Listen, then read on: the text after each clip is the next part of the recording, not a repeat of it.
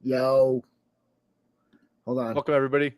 Hey, everybody. Well, so I'm sorry. I'm in the middle of re-adding the stream because to one of the channels. Oh. See if it works. Gotcha. It all of a sudden comes up. Sometimes this thing like will.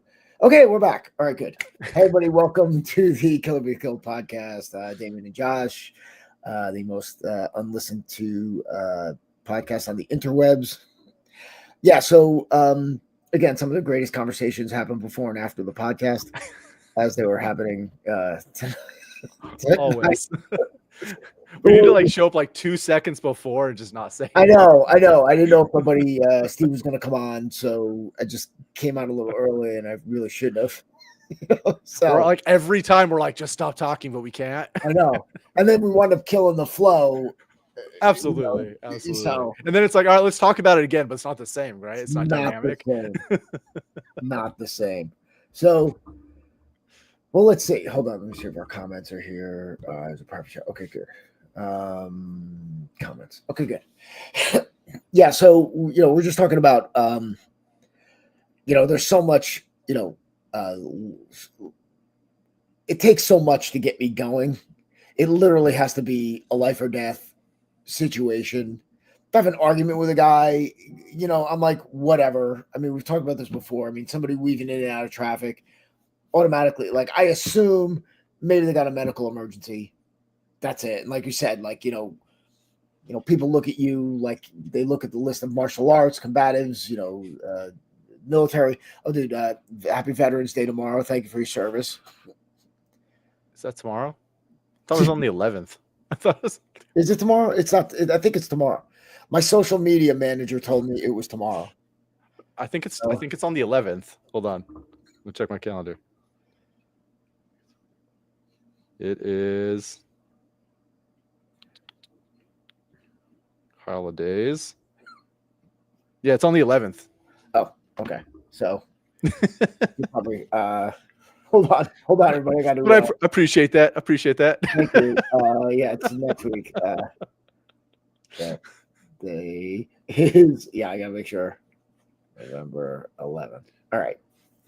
Yeah. So, I know people though that, I mean, look, literally, like with all the training and the experience and everything that you literally basically get it out of your system. That's why a lot of fighters are just kind of so mellow. One is because, in order, it's really that the effort to put forth, and I know what's on the line if something does happen, that I really, I automatically go to a worst case scenario. There's no like kicking somebody's ass. There's like, if you're trying to hurt me, I'm viewing you as a dangerous person. So I'm going to react accordingly. And to be quite honest, I really don't want to. No, because at a minimum, somebody's probably going to go to the hospital, probably maybe both people. And then also there's going to be a police report at a minimum, if not, a trial. And man, who wants to go through all of that? It's so you got to be like, absolutely. I mean, from a moral perspective, you don't want to, but then from a legal perspective, you're constantly saying, I don't want to fight. And I don't. I just want to be left alone. Just go. Right, just leave me alone. I don't care.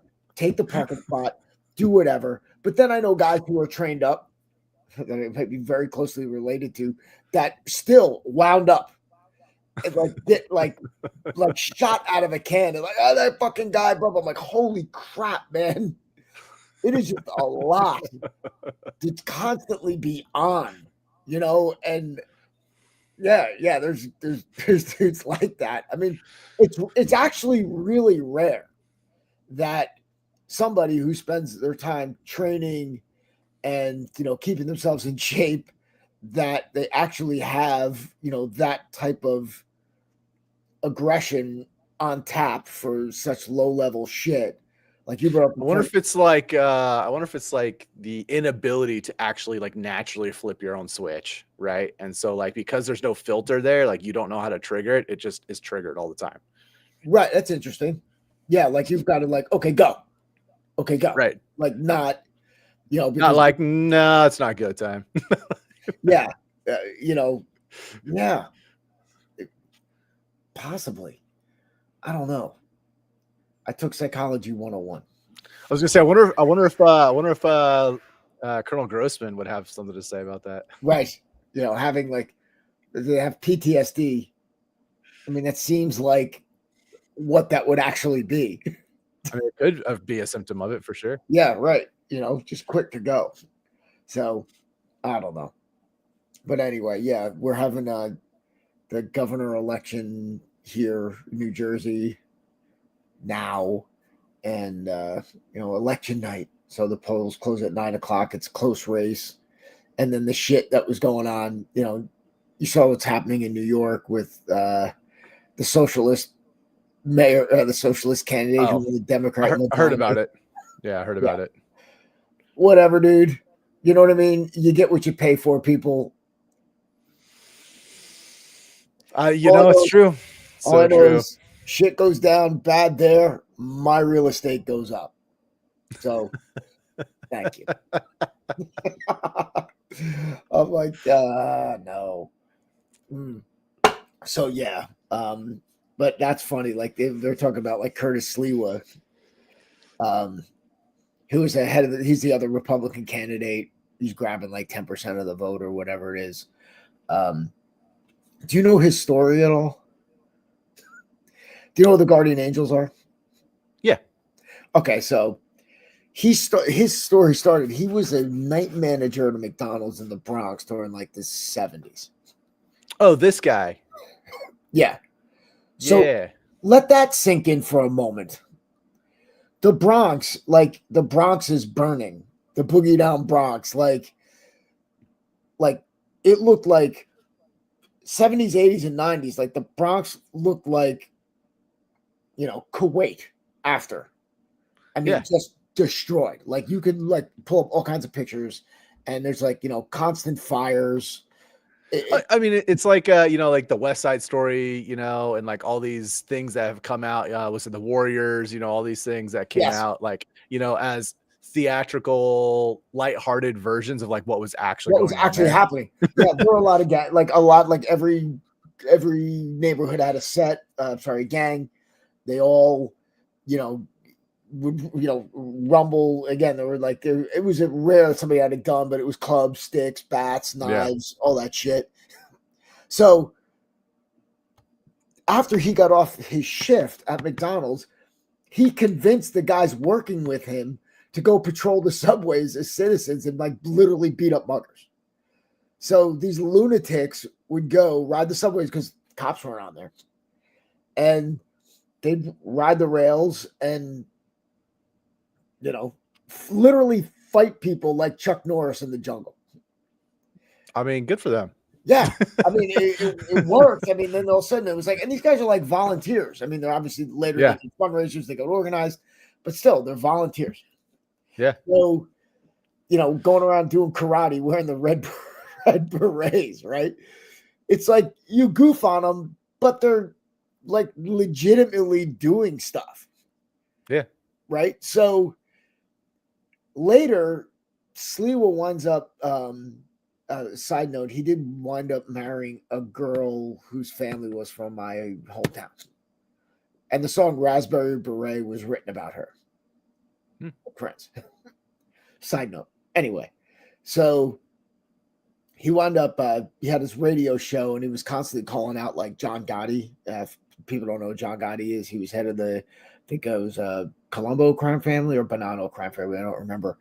New York. And Kurt got shot 6 times coming out of a cat. And survived, obviously. And I mean, the dude is like, people, again, they goof on him, but he's totally legit, man. He's just a tough SOB. Does not give a crap about anything except making the city safe. And they're not voting for him.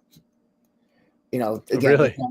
They have this like cartoon. We don't want somebody who's going to make us safer. We want somebody who's going to give us more freebies and probably make it less safe. Yeah, and get rid of all the people who are actually funding it because there's going to be no more money to tax.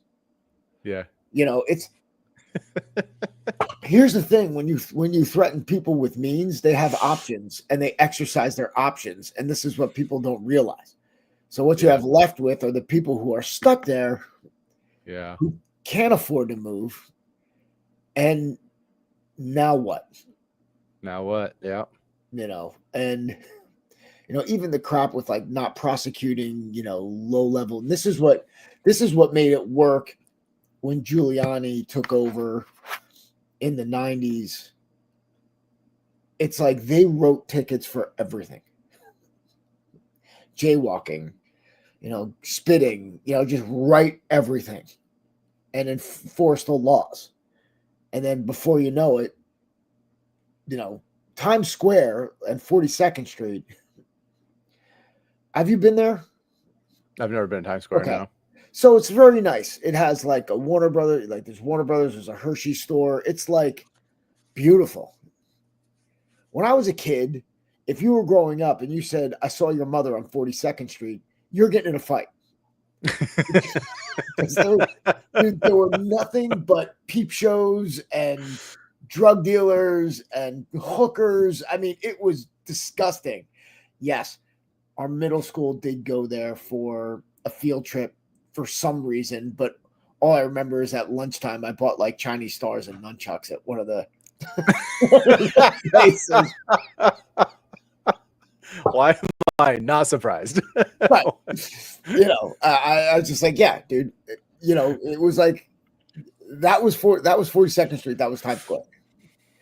But he started doing that, and they really started enforcing the laws. And there was no more guys. There used to be the squeegee guys that would come out, the zombies that would like clean your windshield. They're gone because they would do shit like if you're like, no, they kick cars, they break windshield wipers off, they get really violent. So you've got like, you can do it with the laws that you have. And that's the funny thing about, that whole defund the police movement. The only people who want to defund the police are the people who don't live in those neighborhoods. The good people who live in the neighborhoods, they want cops there. They want to give them more funding, please. Yeah. They want to be able to go to the store. They want to be able to go out and sit on their stoop at night. They want to be able to talk to their neighbors and like normal shit. But no, we got, Karen screaming, police brutality, blah, blah, blah, send a social worker. Nobody's respecting a social worker. They respect cops. They respect law and order. They used to do the stop and frisk thing, which they stopped down. And look, I get the problems with it. I get it. It's, just it feels like randomly grabbing people over. But the reality of stop and frisk is that you're a beat cop. You know who the players are. Right? The kids hanging out. You can spot behavior. It's funny. They started with, well, you're profiling. Yeah, that used to be like, yes. Yes. It's 1,000% correct when I'm profiling. And guess what? The FBI has a profiler. Yes. There's like, this is no kidding. Walks like now they use AI, which does it way better. Right. Exactly. Right. That's no problem. So, yeah, man. They, so they would just toss guys. And so again, you got guys that like, they're worried about walking around and getting searched. So, it limits your ability to do shit. And it worked for a while, but now it's, it's going back. I mean, it's just like the one thing that's not happening is that until it does, I mean, it will. It's what happens is like you get less foot traffic, less people going in because it's too dangerous. Then the stores will close, and then that just spirals more and more. Then the goes back, and then the shitty stuff comes in. So, it's like how many times you got to steal from a Walmart or a CVS? We're like, okay, we're done. Yeah. So anyway, we got some hate mail. Cool. All right, that's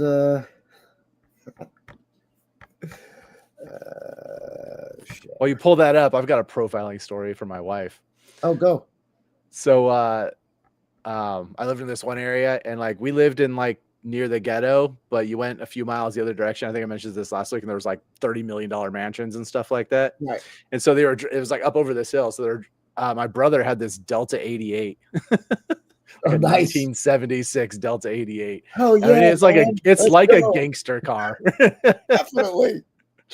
And so they're driving in this car, my wife and my sister, and they're going to a movie. And so it's like up over this big hill. And so like going over the hill, but the entire hill is just all the rich people, right? So they're driving over. Well, they're coming back from the movie, and it's like late at night, and they get pulled over. Right. Yeah, the cop walks over and they roll down the window, and like she's totally not expecting two white girls. Right. And she's just like, hello, what are you guys doing here? Right, exactly. And they're like, oh, we were just seeing a movie, we're like on our way over the hill, we live over here. And she's just like, okay, yeah, we don't usually see vehicles like yours driving around these neighborhoods. And she's like, no, it's understandable. And the female cop's just like, yeah, I just just doing my due diligence, making sure nothing weird's going on, because like I said, we lived next to like actual project housing, right, a mile the other direction, Funny. And so they did everything they could to keep the gangs on that side. Right. It's like, hey, where are you going? Yeah. And so they were just like, huh, well, be safe, go home. Right, exactly. And the cool thing about that car is like you're basically undercover in the hood. Right. Yeah, nobody's bothering you. Yeah. It's like, oh, who's that? Like, yeah. Oh, all the gang members we knew, they were like, dude, your car is so cool. It is. In my 88, baby. Chuck D. Public Enemy had a song about it. Had a 6-track and everything. Let's go. All right. So first one, this one I got a kick out of.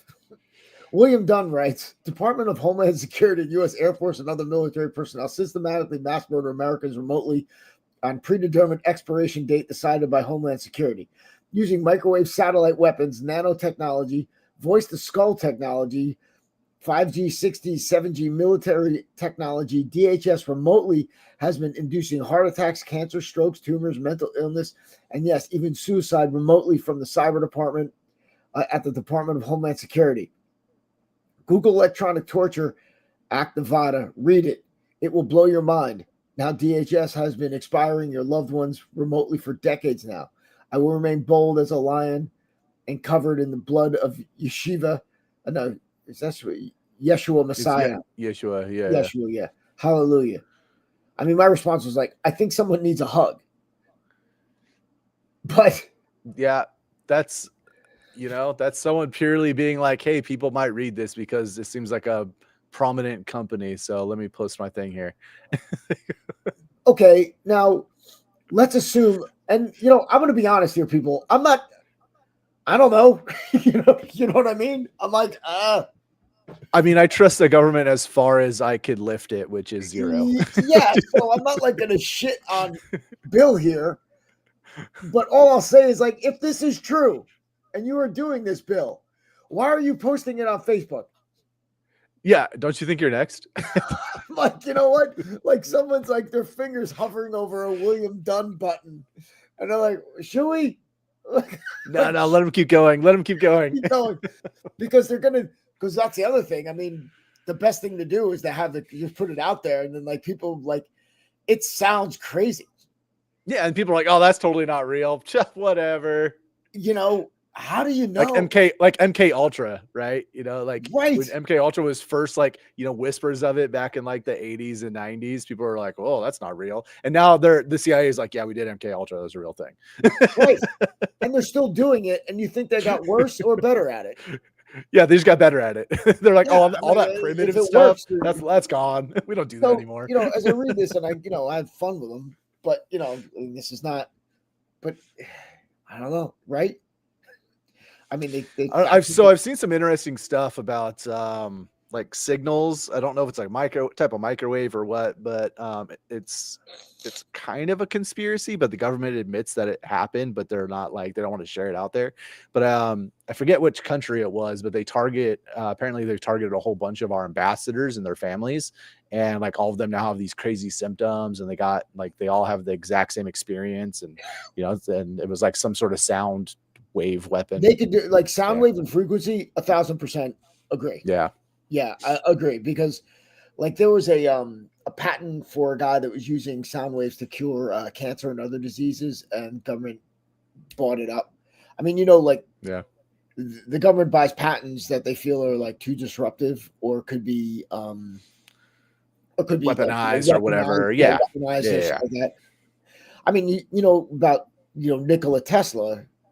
Oh, of course. His research has never been released. No, and a guy in the 50s replicated. So for those of you people who don't know, Tesla built the whole city out in Long Island, and he basically built the houses with they had like transmitter antennas on them, and then he put a larger like tower in the ground, and he drew electricity from the ground and transmitted to the houses and powered the entire town. And I don't know if it was Carnegie or Rockefeller was like, "Oh, that's great." Yeah, Clayton's like, Big Pharma had that dude knocked off. Yeah, no doubt. And if yeah, so they're so the money, the money's like, okay, well, where do we put the meter? And Tesla's like, meter? It's no meter. Yeah, he's like, free energy for the world. Yeah. Oh yeah, no, this is no. So he had like over 5,000 patents. They took them all. And then in the 50s, supposedly a guy recreated it in his garage, and then it got published in the paper, and then the government came up and pulled all his shit. So yeah, there's been multiple people who've recreated and shown, like, even just the stuff that we know about, like they're like, yeah, you can recreate Tesla's stuff. It's not that hard. Right. And then it's all the research that we don't know about, because when he was when he suicided or whatever, but he was assassinated, like within like 5 minutes of his death, like FBI and I forget who else was there, like were already in his apartment or house and like took everything within 5 minutes. Yeah, because they knew he was just going to suicide himself, right? Yeah, exactly. Exactly. Yeah, so none of his research has been released. Yeah, it's great. Yeah, and still to this day, and we're talking about nuclear and all the other shit, which they think he had working. They think he had working time travel. They think he had working what is it? Teleportation, like instant teleportation. And so yeah. That's crazy. Yeah. So, but again, you got people who are like not of this earth, if you will, or dimension or realm. There's something, or they're just, beyond brilliant. There's a reason why Elon named this company Tesla. Yeah. So, okay. So this is on one of our training posts. Okay, I was gonna say this one sounds like it should be on Bulletproof Vest, but I guess it's not. No. How to encourage and enable murder. That's not self-defense. Yeah. So anyway, so this is the ad I get where I'm pulling all the weapons out and all the other stuff, which is, he's not exactly accurate because he thinks that's what he's not paying attention to the video, because that's not what I'm demonstrating. But either way, my response was, to be honest here, sir, lethal use of force under certain circumstances is justified. So you can choose to prepare for it or ignore it. Yeah, I mean, this just goes back to, people's like crazy concepts of like what self-defense is, martial arts versus like the reality and needing equalizers. Right. The huge misconception as well. It's like, I'm forced to defend myself. You can defend yourself with anything, first off. So there's no legal weapon. There's because pencils kill. Damian proved it. Right. Thank you. Yeah. So you can use anything, a lot of things, I should say, as a lethal weapon. And when you're in defense of your, life and it's justified, you're allowed to use it. It's not murder. I can't go up and just stab somebody. That's murder. Yeah. So, but there's this, misconception that it's like, okay, I can only use, whatever's legal. And this is where it gets, charcoal. It's like if I can't use I can't carry a brass knuckle, but I can carry a horse stirrup or something. I can use a bottle opener. I can use anything else that I can just pick up and use. Can't carry a baton, but you could carry a cane, Right. So, and then if you're in the act of like literally defending yourself legally, then everybody's like, wow, that's really lucky that you had that. Right. Exactly. Imagine my good fortune. Yes. So, but this brings us to the other point where, you're preparing yourself supposedly to protect yourself against someone who is willing to do whatever it takes. Yeah. So, it's like, okay, you're going to play a basketball game, but you can only shoot 3-pointers, and then they can just do whatever the hell you want. So it's not like you're going to, you're already, the odds are already stacked against you. Plus, if you're going up against a violent criminal, they're even more stacked against you because they've got a lot more experience than you do, no matter how many tournament wins you have. So, this is what you're putting yourself in a position of failure, and you're kidding yourself. It's just fortunate that, it doesn't happen that often. Yeah. I don't know if Capone was the first one to say it. Probably not. But I mean, the philosophy is true. Speak softly, but carry a big stick. Right. Exactly. What's the next one? Oh, I love this girl. So this is for the Protectors Wanted. This is the most cringe advertisement I've ever seen. Way to exploit men's deep-seated insecurities for a few bucks. Amber Herring, that doesn't mean it's not true. Newsflash. Yeah. Most men and women think they can protect themselves and their loved ones, but they can't. And it's not even close. Yeah. So. Yeah, the reason why the advertisement works is because it's true. Right. And the fact is that most people don't know what they can do. And they're not deep. They may be deep-seated, but they're not deep-seated. They run through the entire core of their being.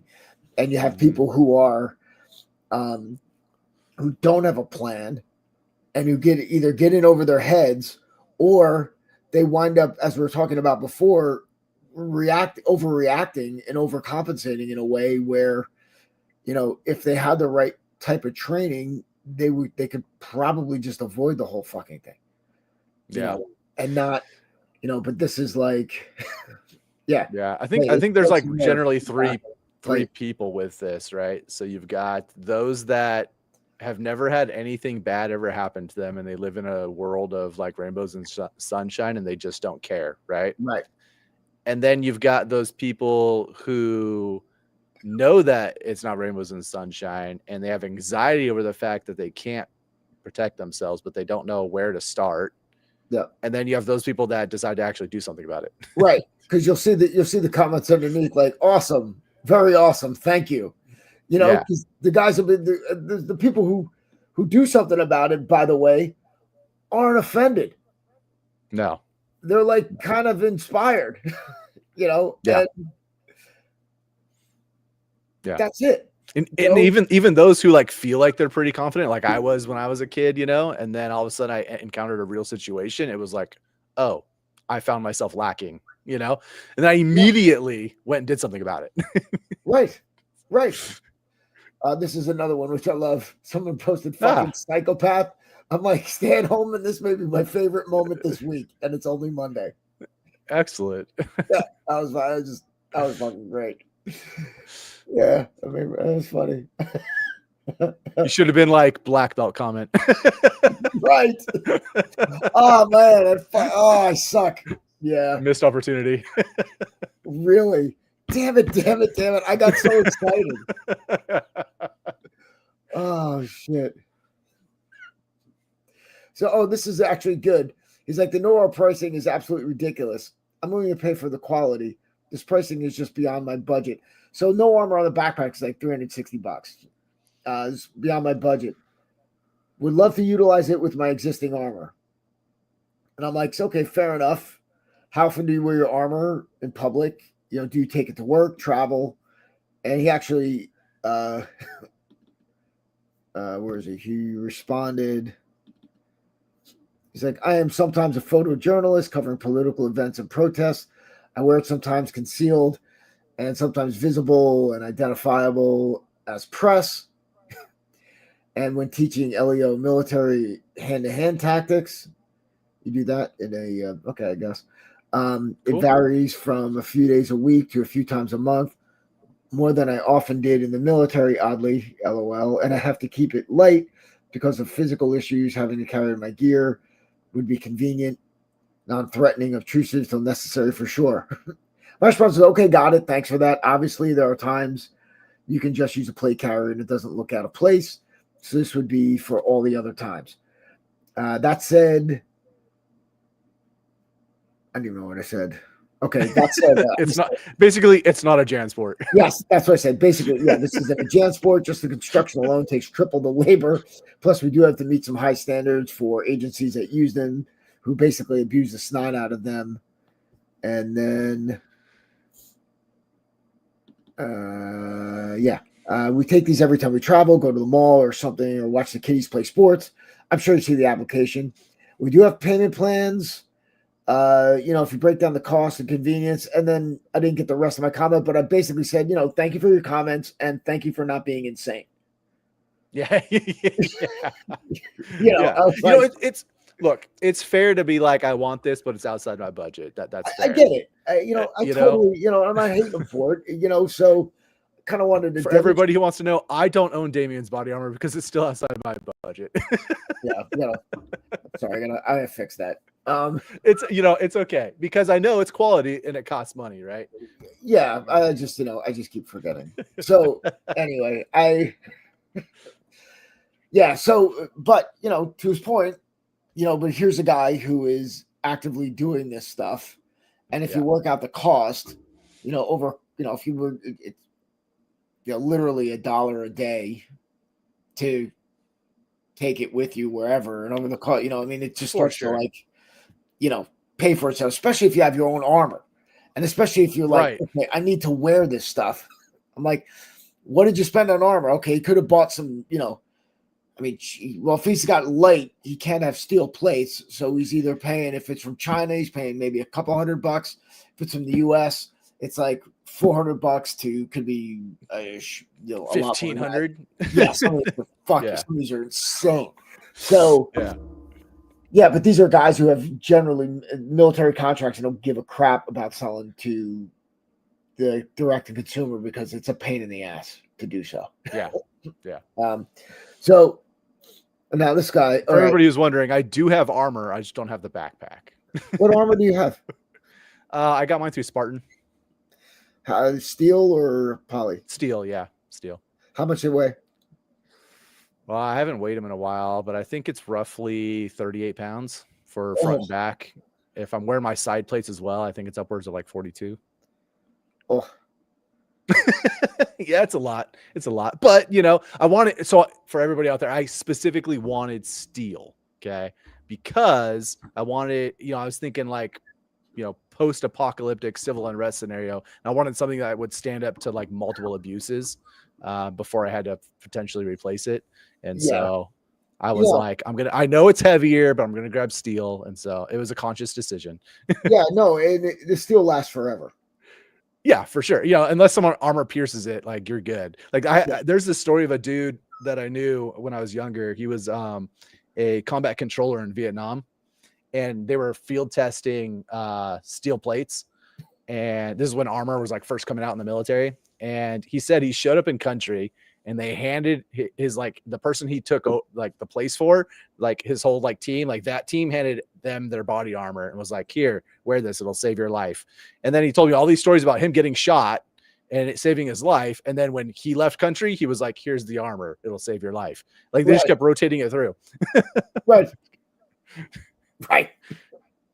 So. But yeah, they said the steel, it's fine. It's just heavy. Yeah, you got to be prepared for it, right? Yeah, we have swimmer cut steel. I love swimmer cut.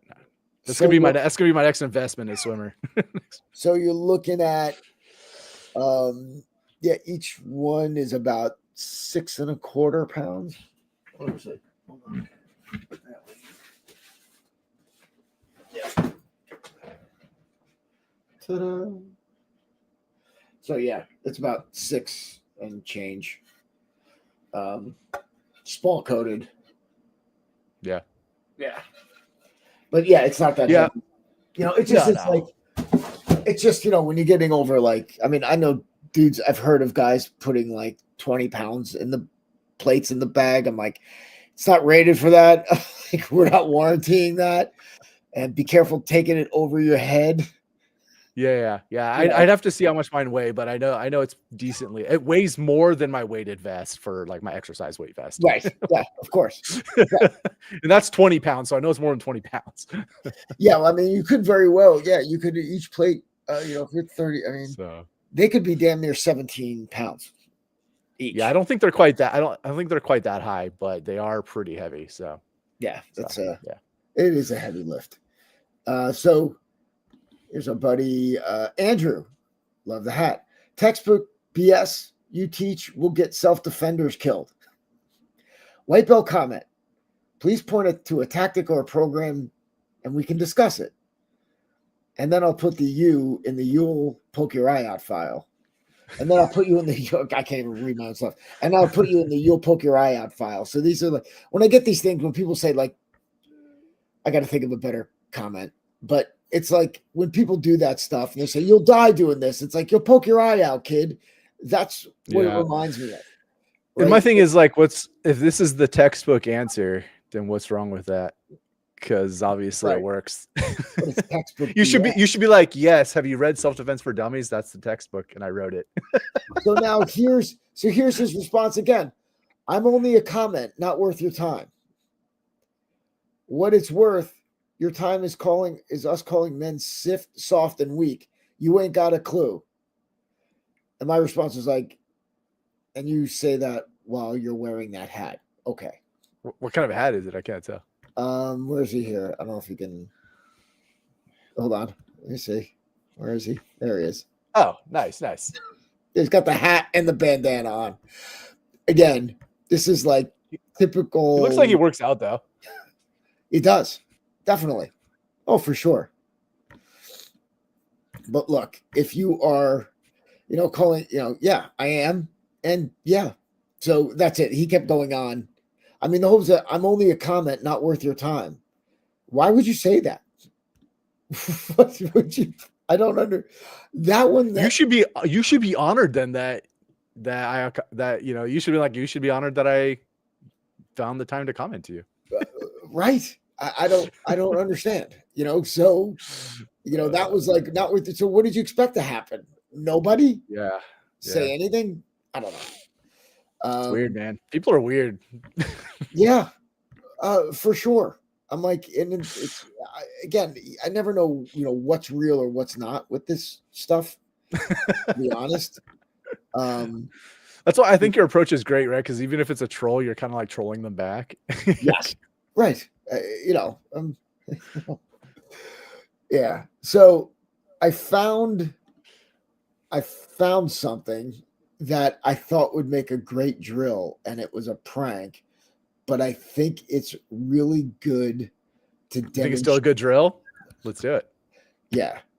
And this is a prank. So what you're looking at is somebody dressed in a Jason mask, and they have to take the keys, unlock the door, and then get in the door and then lock it again with the key. Oh. Right. Oh, so okay. Yeah, okay. It's a great demo and fun demo, but to realize what happens when you're technically under stress. Yeah, and we're talking like minimal stress even. This is fun play game stress. Yeah, it's more like a rush, right? Oh, I'm in a rush. I'm not even stressed. Right. So, think about when you're looking at this, reflect against your, make sure you can see it.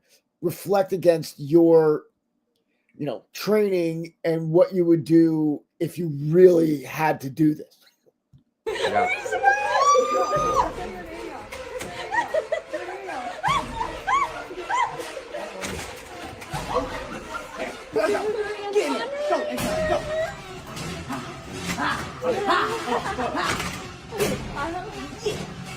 Oh, you got it! Oh, okay. Yeah, you did good. Yeah. Not my favorite name. No way. Wow. She's chill. She got it! Oh! Hurry, hurry. Oh my god. Oh, she got it! Yeah! Oh, sorry.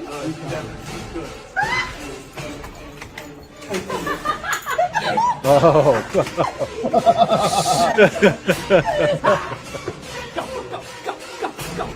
Yeah, Kristen. Yeah, Kristen. He's done.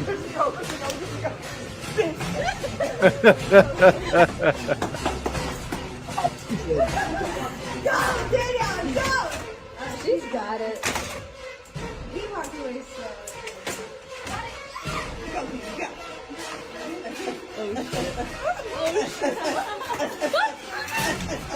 Oh, shit. Oh my gosh. Oh my gosh, Sarah. Basically dead. Run, Lauren, I'm with it. Come on. Go, Tommy, go, Tommy, go, Tommy, go, Tommy, go, Tommy. She's got it. Tommy, she's got it. He's walking.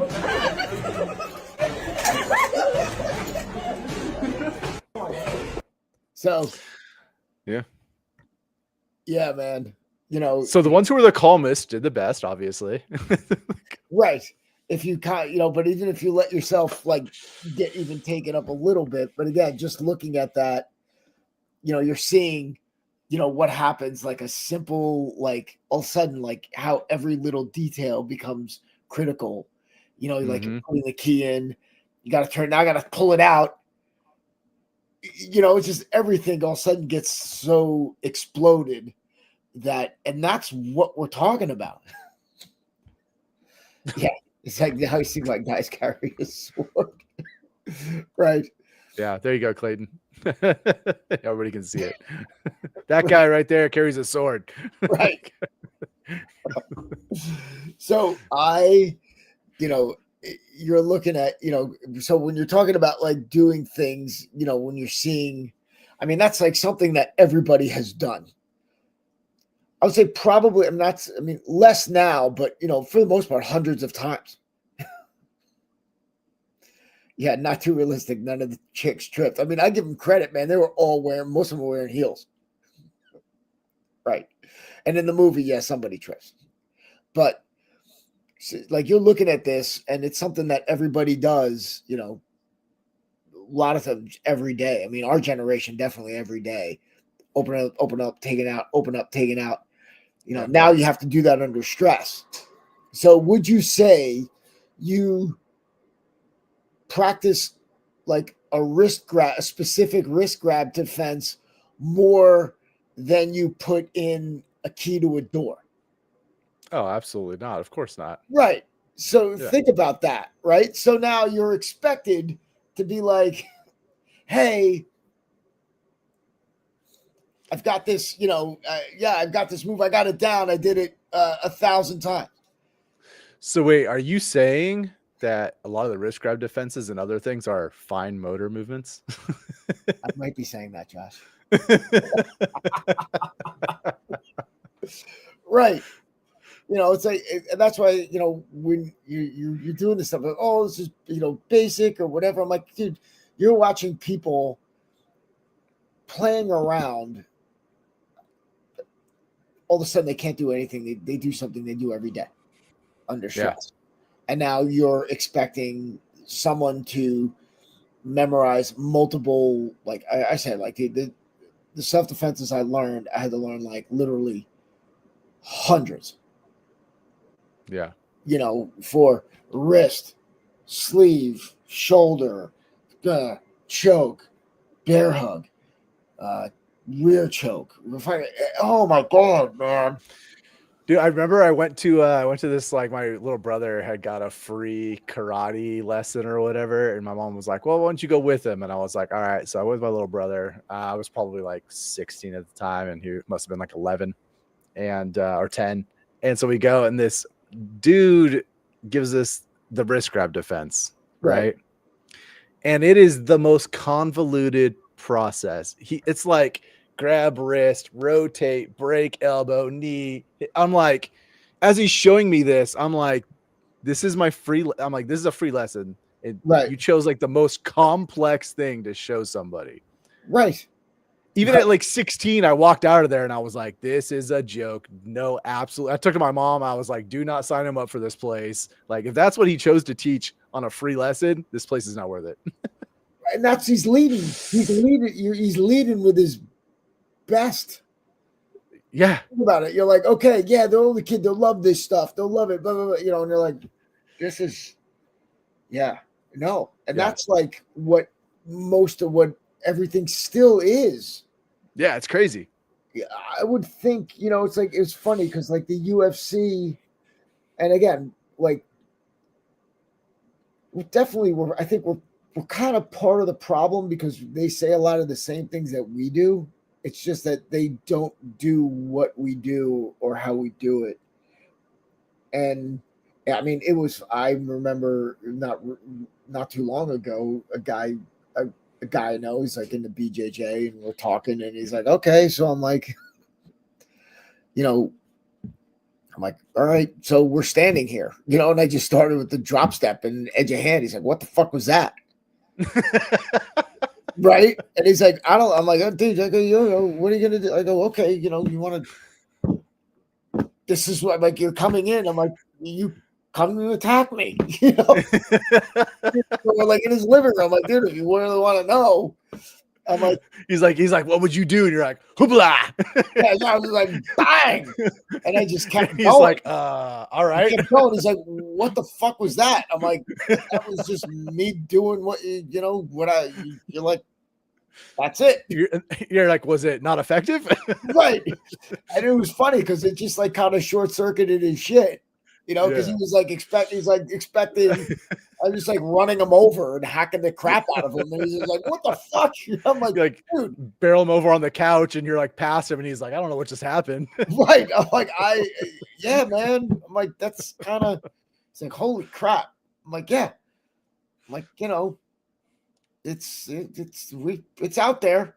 But people, it's funny because like you're talking about, like if you don't feel it, you know, it's like when you're looking at something on a screen, you could be like, oh well, I could just step to the side or do this or hit you with an uppercut. I'm like, dude, that's not how it works, because when you're facing it and all of a sudden, you know, you're getting run over, what you really want to do is just get out of the way. So you know, you're not like sitting there, oh, I'm going to be like, whoa, what the fuck is that? And then you're going to get, your arm gets hit. Okay, well, that getting hit, I got to reassess this and try to reestablish distance. You're not thinking, oh, I'm just going to bang, because when you're looking at it on screen, you're watching it, you're like, oh, well, if he does that, I'll do this, because you see it coming. And it's very easy to make that assumption and do that. But in reality, when you do it, it's like, whoa, you know, because especially since it's like so against the societal norm, right? Know? Everybody's expecting, you know, fists. You know, they're like, oh yeah, we're sparring. They're not expecting this. Like, where do I punch? Not only that, but people don't expect the power that's generated from the drop step. You know, I love when people are like, oh, you got those little choppy hacks. I'm like, yeah, I do. You know, like I fucking do, dude. That's one of the things I do whenever I teach people. I'm always like, all right, now you've done it on the dummy a bunch of times. I want you to do it on me a couple times, and I'm gonna brace myself just so that you can see what it's like, you know? Because you know, because there's always in that back of my mind, like, well, you know, this is a dummy, like, will it really work against somebody? And I'm like, all right, I'm not the smallest of people. Do it against me. And they're always like, oh wow, I didn't expect that. And I'm like, now you know. Right. Yeah. Right. And even if like, and that's a good thing about like working with the pads, at least too, you know, when you're training with somebody and they're hacking and you're hitting the pads, they're like actually feeling it. Yeah, they can feel it. Yeah. What gets frustrating though is like when you're doing it, it still doesn't feel like I'm hitting it that hard. You know, because I'm just like bang, bang, bang. I know I'm hitting hard because I can see the reaction and then moving over, but it's like your whole body's behind it. So it doesn't feel like I'm putting in a crazy ton of effort. Yeah. You know, when I really and once you've conditioned your arms for striking, man, you can knock the bejuboos out of it and like you don't even feel it. And you're like, really, was that hard? I can't tell. Yeah, right. I'm like, I got to hit it harder. Right, exactly. Hit it Where harder. was that stinging sensation? I got to go harder. Right. Well, it's funny because I'll take time off just to go back and like kind of recycle. Yeah. And then you're like, ooh, you're like, okay, it's a little Okay, tender. yeah, it's back, Okay, yeah, you know what? it's back again. It's gonna take another week or so. All right. Right. Yeah. It's like, because listen, everybody, I get bored too, a lot. And they're like, oh, how often do you do this? I'm like, well, I mean, I did it a lot for a decent amount of time, but then it's like, I could go and I could not do it for a year, go in and just be like, okay. Yeah, we've talked about this, like the cycle, a normal cycle is you cycle on, you cycle off, you cycle on, life gets busy, you cycle off, and then you're like, oh, I need to do it again. You cycle back on for a while, Right. And, it's like, it's so simple. The beauty of it is so simple that like, even if you haven't done it for a year or two, you're like, I still remember how to do the key stuff, like my favorite things, you know what I mean? And that's all you're going to go to anyway. Exactly. To be honest. It's like, I know hundreds of different techniques, but for wrestling and judo, and I know what I'm going to do. It's like you sit there and practice all these moves, and you got guys that do like, it was funny. It's like, once you do like combat sports, you realize like, yeah, I know a billion moves, but it's like, what do you use in a match?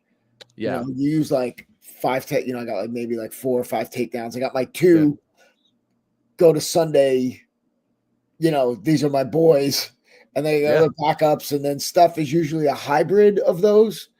And then, you got to turn, you got this, you got to tilt, you got that, and then but then that's it. It's not like I was sitting there mastering. Could I do like a cradle? Yeah. Was I a cradle guy? No. This just wasn't my thing. And the guys that get like really, they can hit it from anywhere. Dude, I'm like, I'm stumpy. I am not long and lanky. Yeah.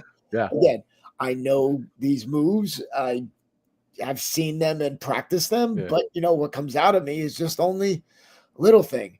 The biggest thing is defense, and that's just knowing and that's more about like feeling leverage and position. Mm-hmm.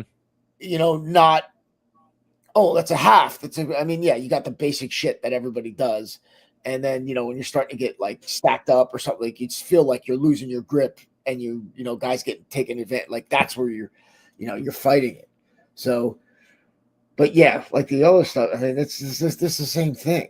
But on the contrary, because you've got people that are studying like self-defense, it's one thing like studying an art, and you're like, let's say like BJJ, like you're getting into like the minutia of position, and it's great, dude. You're like getting into, absolutely, you geek out on that shit. I'm talking about like wrestling or judo, like grips and foot placement and crap like that. It's freaking great.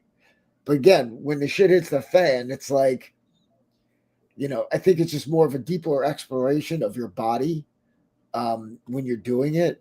But you're not thinking about it when you do it. It's like, no, I mean, what it does is, we've talked about, you default in the stressful situation, you default to your lowest level of training, right? What it does is it raises your lowest level of training, right? So now you perform at a higher level. Yeah. But like you're still gonna go down. Right? You're not gonna perform up here. You're gonna perform down here.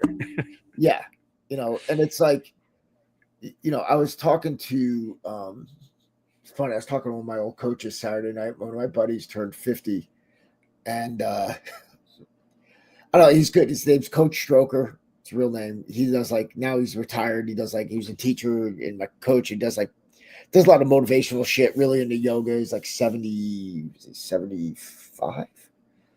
Yeah, it's like 72, around there. And he was just asking me about stuff, and it's funny because my son and I were just talking about like flow state. He goes, what was the time, you remember like just being in like, the zone, if you will.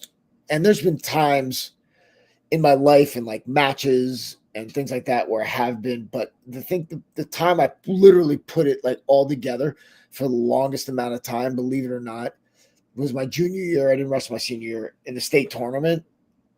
I was like, I didn't get tired. Like my first match went into like double overtime and I won. And then the next two guys I beat like 5-3. So it was like 2 takedowns, 3 escapes, and I got an escape. So I got 2 scores and an escape, and he got 3 escapes. So, and then I lost in the semifinals to a stud, Tom McGordy. He wound up getting the OW, and then I lost in double overtime and criteria in the consolation match. But the whole time, though, I really wasn't. I don't remember being nervous. I don't remember even getting tired. I just remember like, okay, I'm supposed to be here. I don't remember wanting to win or lose. You were just there. I was just there. And I'm like, I'm just going to keep going. And I'm just going to keep going. Like, I literally was just like, didn't lose concentration. I didn't even think I looked at I'm sure I looked at the clock, but I don't remember like looking at the clock, marking the time. I just remember the match being over, shaking hands, and the ref raising my hand. That was the most, because we were talking, my son and I talked about, guys, one professional athlete in one of the playoff games, he scored 40. And like, what do you remember about the game? He's like, nothing. Yeah. You know what I mean? Yeah, he's like, I was just there doing my thing. Doing my thing and not thinking about it and just being in that flow state. And that's where that's what you ultimately want to get to. Yeah. When you're just, okay, I've drilled this enough. Yeah, you've gone through all the little tweaks and things like that. And then it's like, Bruce Lee said it. It's like, it's broken into, at first it's one move, then it's that one move's broken into like 10 different moves until it becomes one move again. Yeah. Right. You can get off the beaten path and really like lose your mind on stuff. And, what you don't want to do is focus on like the wrong things. Because you can get way too much into the details, especially if it's a style thing. Because the moves will look the same, but your setup and your positioning is going to be a little different based on who you are. It's like a baseball swing. It's like you pick 10 major leaguers, and they've got 10 different types of swings. You can tell it's a baseball swing, but where they're holding their hands, how they're setting their feet, how they're loading up their hips. Mm-hmm. Like all that stuff. And that's like, you can't make that, I can coach you to have your best throw or your best whatever, but it's going to look very similar, but it's going to be yours on some level. Yeah. I don't know how. Yeah. It's like I tell people, when we're training and I'm like, all right, I taught you the technique, but until you practice it, they're like, well, like do I need to move my elbow just a little bit like this or a little bit like that? And I'm like, look, and once you practice it a whole bunch, your body is going to naturally develop the thing that's most comfortable and efficient for it. Right. When you talk about being efficient, we did this thing in the infantry called expert infantry badge, right? And you start like, you do every weapon, or a vast majority of the weapons. And it's like, when you start, they're like, okay, go through the motions, you got to like take it down, build it back up, do a function check within a certain time frame, right? So the test might be like, you got to do it within 25 seconds. But when you first start, you're at like 1 minute and 45 seconds. You're like, how am I ever going to get to 25 seconds? Right. But you're like, you just keep doing it. You just keep doing it. You just keep doing it. You get more efficient, smoother. Next thing you know, you're like, all right, I did it. And you're like, look at the time. They're like, that was like 17 seconds. And you're like, wait, I have like almost 10 seconds to spare. And they're like, yeah. Exactly. And then it's like, they're like, yeah, trust me, we know how this goes. But right, exactly. And it's the same thing with combatives, and I tell people, or shooting's the same thing too. They're like, well, should my foot be a little bit more like this or like that? And I'm like, well, what feels comfortable to you? Because that's what you're naturally going to do. So let's do that. Right. Yeah, exactly. And it's like, look, as long as it goes down range in the right place. I'm like, who gives a shit what you look like? Yeah. Obviously there's like, certain overall general concepts that are better than others. Right. Yes. But you start with the general concept and then you define it for yourself. Right. So awesome. So yeah, all right. So what do you got going on this weekend? Anything? This weekend, I don't know. I don't remember. It's like 5 days away, man.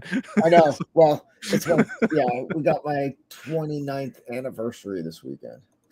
Ooh. Yeah. Me and my wife are gonna celebrate our 20th anniversary Congrats, a little bit man. early this month. Yeah, When'd you get married? in August. Oh, okay. Yeah, so it's a little bit early. It actually, ironically, we didn't plan it this way, but it also marks the 20th year of when we met. See, So. I fucked that up. I don't know when that. I mean, it was a few years before we got married. So, You know, I'm like, I'm here, right? I'm good. I was the one who figured it out. And I pointed out to my wife, and she was like, "Really?" And I was like, "Yeah, think about it, right?" And she was like, "Oh, you're right." Awesome. On that note, I want to thank everybody for joining us. Again, hit us up, and my mom's texting me. I'm like, uh-oh. I hope I don't have to go to the silent patient having a fever. Okay. Shit. All right, there goes that. On that note, yeah. train honestly. Catch you all later. See you guys later. Peace. Bye.